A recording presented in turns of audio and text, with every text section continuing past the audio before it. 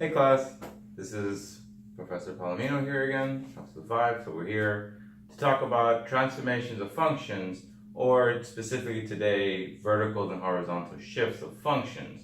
Now, we take it for granted in this 3D space that we're in, where you just want to move something in a certain direction, you just choose to do it freely, not having to think about how far do I have to move it, what's the actual units, and how do you really describe that type of topic in mathematics? And we have, so let me write that down. What does it mean when we have vertical and horizontal shifts? So let's see, vertical and horizontal shifts. So we first write, suppose C is greater than 0, it's positive, to obtain the graph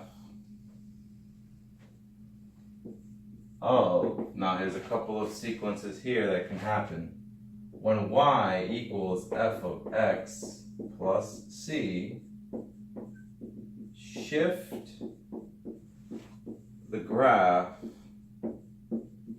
of y equals f of x a distance c units upwards. That's the first part. The second part is y equals f of x minus c, shift the graph of y equals f of x a distance c units downward. Number 3, y equals f of x minus c, shift the graph of y equals f of x a distance c units to the right. And last one down here, if the camera doesn't catch it, I'm just going to say it. So it's similar to this one, exactly like this. It's just shifted to the left. Okay? So I'll just say y equals f of x plus c shifts the graph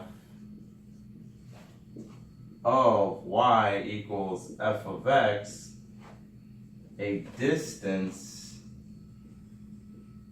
c units to the left. Like I said, the camera probably won't catch number 4, but at least here are the main 4 shifts that you have to pay attention to. When y equals f of x plus c, this means that the constant, the number it's not within the function, it's outside of the function. So you shift. So let's just take this eraser, for example. This is our function. You have to shift the function upwards depending on how many units c is. So if it's 3 units, you have to shift it 1, 2, 3 units up. And if it's negative, let's say negative 3, you shift it 3 units down. 1, 2, 3. Now, if the minus sign, if the constant is inside the function, if it's within its own function, then if it's minus c, you shift it that many units to the right. So let's say if it was x minus 1, you shift it 1 unit to the right on the graph. And if it's plus, you shift it 1 unit to the left. Now, the logic behind that is it's kind of opposite when you move. When you see a negative, you think you would move into the negative realm, but in reality, no, you shift it to the right. And if it's positive, you shift it to the left. I know it's a little confusing left and right, but I'll show you some visuals right now on how does this look like for each scenario. We'll just use one example to explain all 4 cases, and it's going to be pretty nice. Pretty simple.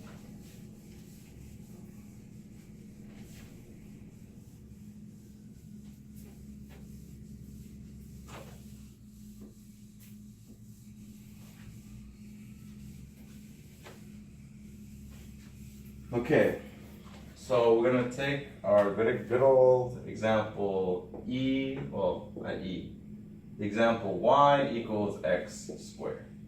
That's gonna be our f of x, right? So we're going to first do the first case where y is equal to x squared plus 1. So we know x squared is just going to be a parabola like this. That's what x squared is. But if let's say y equals x squared plus 1, it looks like this. So this is at 0. Here's 1, 2, negative 1, negative 2. Right? Now this one here, 3, 1, 2, 3, 1, 2, 3, 1, 2, 3. Okay, each one has 1, 2, 3 units. So by putting this x squared plus 1, I have to first count 1 unit up here and then draw my parabola. So you see, this is at the origin here. This is shifted up 1 unit from the origin. That's why x squared plus 1 is a vertical shift up. Y equals x squared minus 1 like this. It's the same function. All these are going to be the same function. 1, 2, 3, 1, 2, 3, 1, 2, 3, 1, 2, 3. They're all going to be the same function. It's just this one now is shifted down negative 1 down here, but it still shoots up. It's just shifted down 1 unit. So again, y, for the third case, y equals, let's see, it was plus, right? No, it was minus. So it's x minus 1, parentheses squared. See how this is different from this one? That 1 is outside, the parentheses is saying that it's within the function.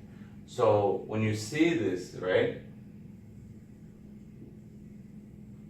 X, y, 0, 1, 2, 3, 1, 2, 3, 1, 2, 3, 1, 2, 3. Okay, so since it's negative, I have to shift it 1 unit to the right and then draw my parabola. And now for the last one, y equals x plus 1 getting squared, you're going to shift that same function 1, 2, 3, 1, 2, 3, 1, 2, 3, 1, 2, 3, origin. So you shifted 1 unit. Let me just make this a little neater. You shifted 1 unit to the left, and then it shoots up. So as you can see, these are the main 4 transformations when it comes to any function. When you're trying to figure out where to move it up and down, left or right. It's very important to, when you see this, recognize what are you given and what's the behavior of the function. What I love about pre-calculus, because this is what pre-calculus is, you're understanding the behaviors of the function, you're getting comfortable with the function to the point that you're wondering, what is wrong with it? Or what can I do to help it understand it better?